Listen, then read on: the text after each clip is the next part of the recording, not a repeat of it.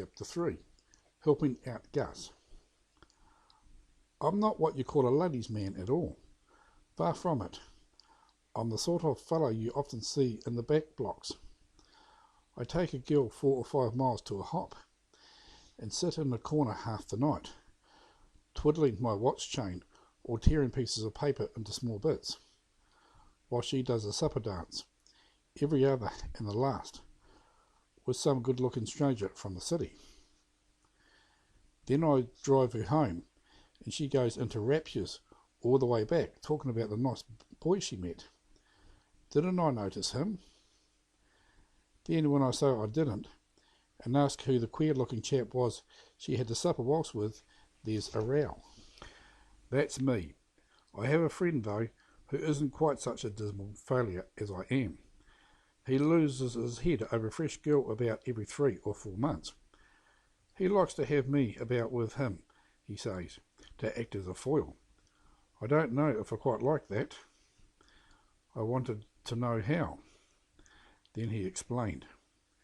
Him being bored and fair, and me thin, bony and shallow, it sort of set him off. It sort of set me off too, and it took him a minute or two to explain what he really did mean. He said, "You know, Mark, you tough wily chaps are all a bit hot-tempered. That's why the girls all go nap on you the way they do. I hadn't noticed it, but I took a swig at the drink he pushed at me, and decided that perhaps I wasn't very observant. I just decided to keep my eyes open next girl I talked to.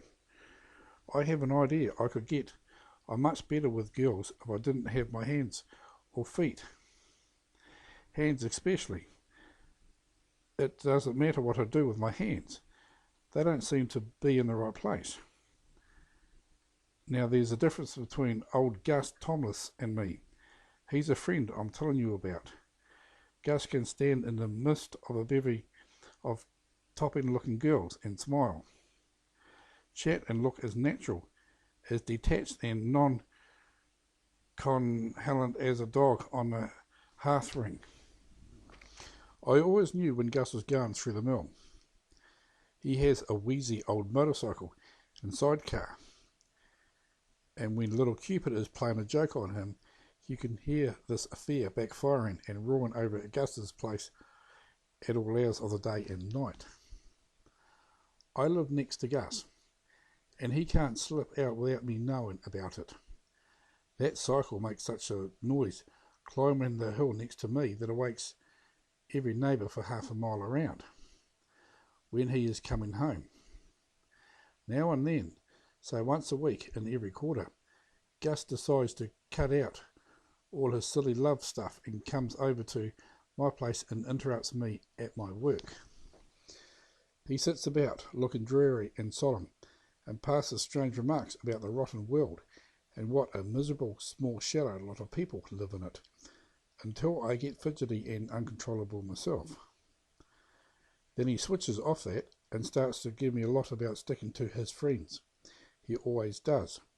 He goes on to explain just how much he thinks of me, and how he has found out at last that a true blue friend like myself is worth all the girls in the country. I know what's coming after that.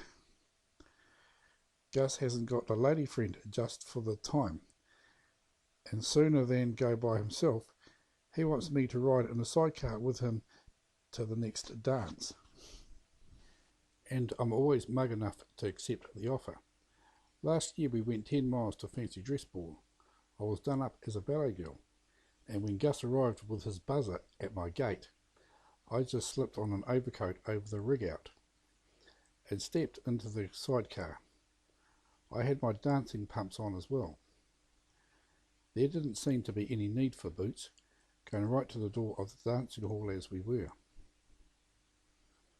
Gus was a bold husser and looked real good. The hop had started when we got inside, so we took a seat and pipped off all the good lookers. I could see Gus's eyes following a tall, willowy fairy as she waltzed around on the arm of a gentleman dressed as a devil. He was a big, husky fellow too, As soon as the dance was over, Gus hustled himself around and got the next dance with her. I kept my eye on them because I always liked to see old Gus interested in someone. It prevents him coming over about 4 nights a week and sighing into my fire until after midnight. They seemed to be hitting it off well together, and after the dance Gus came along to me. He seemed clean off his head. He got me in a corner and said, "Now, Mark, I rely on you. Don't fail me, old man." Then he laid down his plan of campaign. He was to take me along and give me an introduction to her. We were to try to wangle things so that we should have every other dance with her and sit on one side each as well. I had to tell her in a make conversation sort of way what a great pal old Gus was, and slip in a few allusions about his big house, his pedigree herd, and how well he was doing. I don't mind. There was no one at the dance I could work up any enthusiasm over, and I thought it might as well be boosting old Gus along as filling in time any other way. There was no danger of me losing my head over here. The tall, dignified ones don't appeal to me. I like short, plump girls with soft, round faces. After I had my introductions, Gus ambled me over to the ferry and introduced us. Mr. Turner, Miss O'Flynn. I booked the next dance. Then we sat one on each side of her as arranged, and Gus got in for the next, just in time to beat the gentleman done up as old Nick. Nick hovered about in front of us for a while, giving me a particular baneful glare as if he expected to bluff me out of my position next to the ferry. I replied by modestly pulling my ballet dress as far over my knees as it would go, and peeping coyly at him from behind my fan. He made a noise like a cat sneezing and headed for the door. "What a rough, uncouth fellow," said Gus in a pained tone. The fairy didn't say anything, she only giggled, and I must say I draw the line at a giggling girl.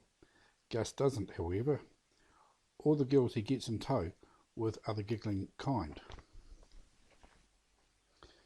She went up one with him straight away. Nick didn't show up anymore, and Gus and I whacked up the next 4 or 5 dances between us. Anyone else who toddled along to try his luck got left out. Then I thought I had done enough of his holders the fort stunt, even if Gus was a mate of mine, and I slipped out into the porch for a smoke. I was just holding the match to my pipe to light up when a hand about as big as a leg of mutton grasped me by the lace frill around my neck. I dropped pipe and match to gaze into the superfluous eyes of Saturn himself. "Look out, you'll tear my clothes. If you go back and sit by that girl again, I'll tear the heart out of you," said Saturn in a cold, nasty voice. "Little scrib like you, what do you mean by it?"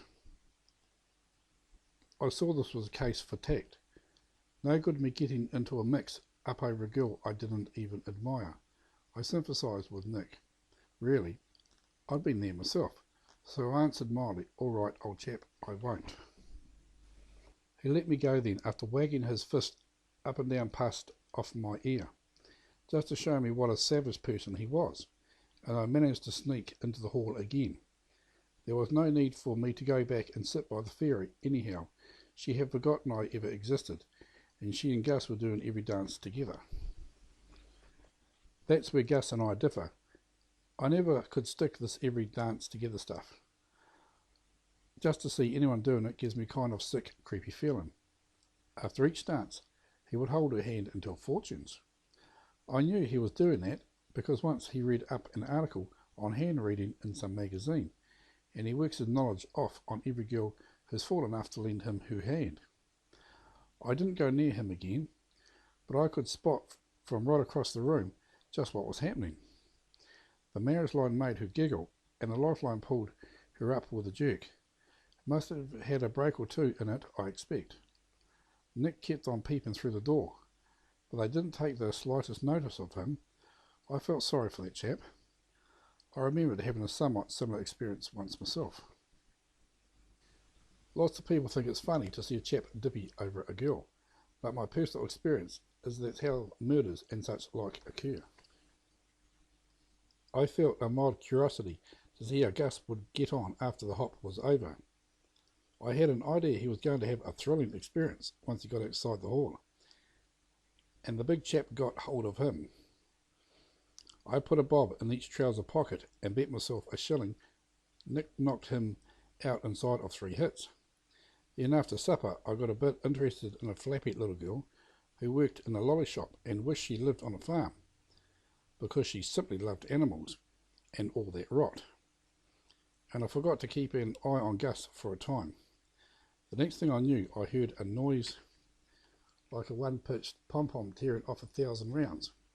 I rushed outside just in time to see the motorbike and sidecar turning the corner with 2 people aboard. I guessed straight away they had watched their chance to dodge Nick and then slipped quietly out and made a getaway. Gus was taking her home. I called that a low-down trick myself, taking another chap's girl home, but Gus always quotes Shakespeare, whoever it is, when I tell him that, and says, "All's fair in love and war." Nick arrived on the scene when I was gazing into the black night, listening to that rattle-tap old engine. He seemed to blame me, and I had a lot of trouble explaining just whereabouts in the picture I really did fit in. I got him calmed down at last, and went inside to fill in time till Gus got back to take me home. I gave him half an hour, because the fairy had told both of us early in the evening that she lived 6 miles away. Nick had driven her to the dance in his gig. The half an hour went by, the last dance came to an end, but still no Gus. I glanced at my watch, 3 in the morning, 10 miles from home, and I had a herd of cows at home with nobody to milk them but me. Worse still, I had left my overcoat rolled up in the sidecar, and Gus had taken it with him, and all I had for footwear was a pair of very tight pumps. I knew what had happened. That ramshackle old Noah's Ark of Gus's had exploded, or run into a motor lorry, and it was no use looking for Gus to turn up. I decided I'd have to walk. I tore the lace frills off and tied my pumps on my feet with them, and then I made a start. I shall never forget that journey. Every dog that lived in that 10-mile strip came out and chased me past the particular farm he lived on. I suppose I did look a bit of a suspicious character. I was halfway when the sun started to rise, and I could hear people all round getting in their cows. I had hoped they'd be too busy to spot me, but my luck was out. An old chap named Hagglebirth, I have an idea he was of foreign origin, was driving his cows across the road just as I got to his place. Those cows took one start to look at me and went off down the road at a gallop. I suppose the sight of a ballet dress at 4:30 AM is a bit unusual, but I failed to see that it should raise the excitement it did. Old Hagglebirth took one furious glance at me and then opened out. "My Yimmy, you frightened my cow, you terrific, I kill you." Then he ran to a 7-wire fence and tore off a batten with a single jerk. It's a good job I met Hagglebirth that morning, because I would never have got my cows milked in time to catch the factory if it hadn't been for him. I gained nearly half an hour there, I bet. I got home at last. However, just as I was letting myself in the front gate, Gus rolled past at about 25 miles an hour. I knew he was making that because the old bus was clanging and shrieking like a harbour dredge in action, and that's always a sign that she's fully extended. Gus came over that night to tell me what had happened. I received him coldly, but listened in silence. I have an idea that perhaps Gus could clean me up if we ever mixed things, and it's no use looking for trouble when that's how you feel.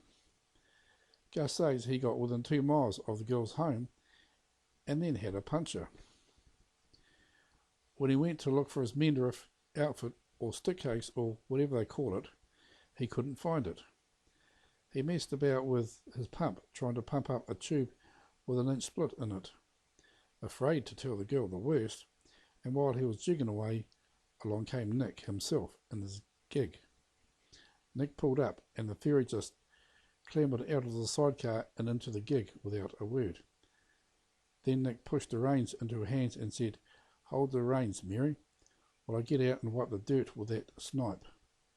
Then Mary clung to him and said, "No, well, dear, he isn't worth it." "That's the part that hurts," says Gus. "Personally, if it had been my funeral, that would be the only part of it I wouldn't mind dwelling on, because Will allowed himself to be calmed down and didn't get out." They passed a few cheap remarks to Gus and then drove off and left him. Gus says it's a good job he didn't get out, because if he had, someone would have got hurt. I think so myself. As soon as the road was clear of them, Gus dived into the sidecar and found his outfit firsthand. She must have been sitting on it all the time, and he hadn't brains enough to ask her to stand up while he searched. He had 3 more punches on the homeward journey. That's why I bet him to my gate. And he reckons some of his bonuses will have to go towards new tyres and tubes one of these days. I asked him what he thought when he got back to the hall and found I wasn't there. He gave a start and said, "You don't suppose I had time to think of you, do you, with all the troubles I was having?" I don't like that sort of talk myself. It sounds shellfish. He went on to say that a man who was really a friend wouldn't think tuppence of little walk like that when it couldn't be helped. When he went on and blamed me for the whole business, we had words. He said if it hadn't been for me egging him on and putting the idea into his head, he would never have thought of taking the girl home. We parted real snarkily at the finish, and Gus wouldn't look my side of the road for a week. Then one evening he breezed into the batch as large as life and said, "Mark, old man, do us a favour, will you?" So, like a mug, I said, "Yes, what is it?" And Gus proceeded to unbosom himself. It was a girl who was a waitress in a tea shop in town, and all he wanted me to do was to go into town with him in the jigger and drop in there casually by myself and ask if Mr. Tomlins had been in. When she asked who Mr. Tomlins was, I was to say, "What? Don't you know Mr. Tomlins? Why, Mr. Tomlins, the great Jersey cattle man, of course." Now that's the sort of thing old Gus puts across me, and the worst of it is I'm too good-natured to refuse. See the idea? While I'm explaining who Mr. Tomlins is, Gus walks in himself, and of course that's when I introduce him, and then fade out of the picture. Some fellow Gus's.